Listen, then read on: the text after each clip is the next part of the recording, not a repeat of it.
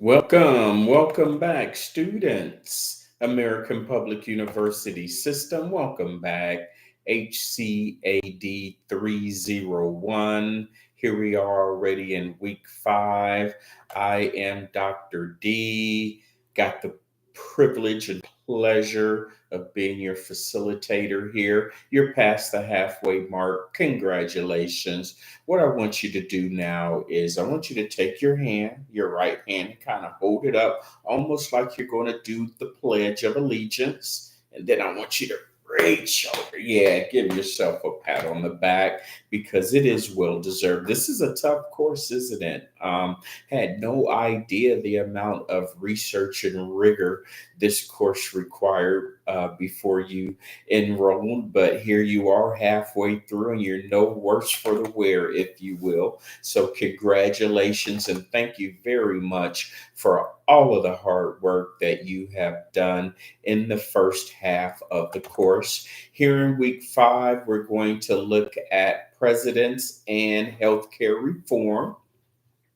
And particularly, we're going to do a deep dive into policy and really how healthcare policy and healthcare reform have been front and center for the President of the United States for well over 100 years. We can look back to President Franklin Roosevelt and the Social Security Act of 1935.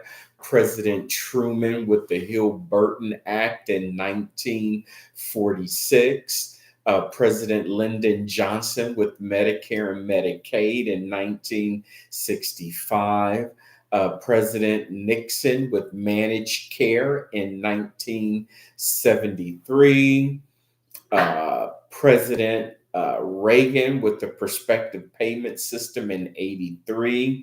I don't actually see President Clinton and the HIPAA law on here, but certainly the Health um, Information and Portability Act should be on here too. So we'll go ahead and give him credit for that in 1996. But it wasn't until the one President Barack Hussein Obama, with the passage of the Affordable Care Act, the Patient Protection Affordable Care Act, that we got true health care reform here in the United States. And true enough, it was short lived because of the assault on the right, mainly from governors and district attorneys in red states, if you will. And then, of course, the Supreme Court actually did its job of poking holes in the legislation as well. But again, the PPACA is still the law of the land, even though it's still on life support in many ways.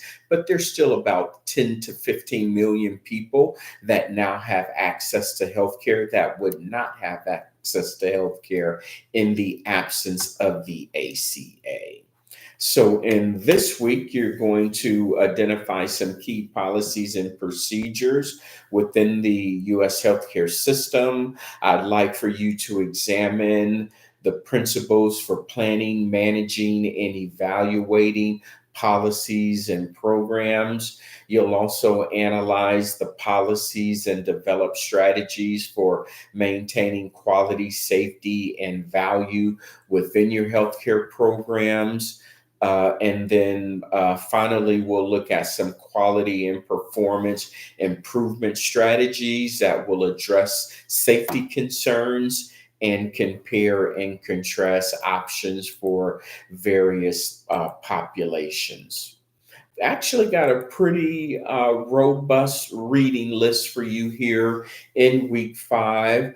It starts with chapter 2 in the United States healthcare system overview, driving forces, and outlook for the future. So you want to read chapter 2. And then there's a couple of handouts, the evolution of U.S. healthcare reform. I think you'll find that very helpful as far as just understanding the background information on healthcare reform.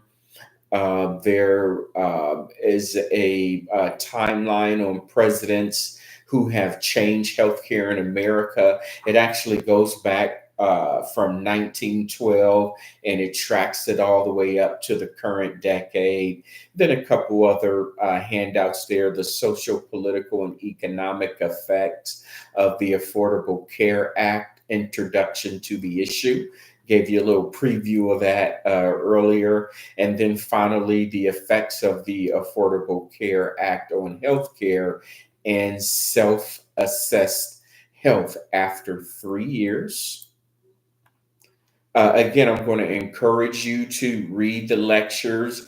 Does a very good job of doing deep dives into various presidents and their attempts to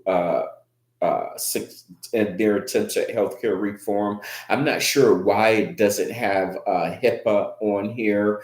And HIPAA was actually a consolation of the Health Security Act that Hillary Clinton, then at that in her capacity, then she was only the first lady. That was long before she was the senior or was the senator out of New York or the Secretary of State of the United States. So this was back when she was First Lady. There was a Health Security Act that didn't have any political support really on either side of the aisle, but something had to be done because in the mid to late 90s, there was a huge amount of people that were looking to retire, similar to where we are right now, with the estimates of somewhere between 10 to 15,000 baby boomers retiring per day now. Wasn't quite high back then, but at any rate, so the Health Security Act did not pass, but when Congress came back, the HIPAA Health Information Portability and Accountability Act, and I know I got that acronym wrong. I apologize. Became front and center, and we think of HIPAA a lot as being security and privacy for the transmission of health information, be it electronic or in hard copy. But the thrust of HIPAA was really to allow retirees or people that were switching jobs to keep their health insurance. And so, kind of fast forward to the ACA, where the ACA there did not actually do that. So, yeah, so there we are there. And you do have a quiz, so make sure you're doing the quiz this week. And other than that, have a good week, and I look forward to see you on the discussion board postings. Thank you.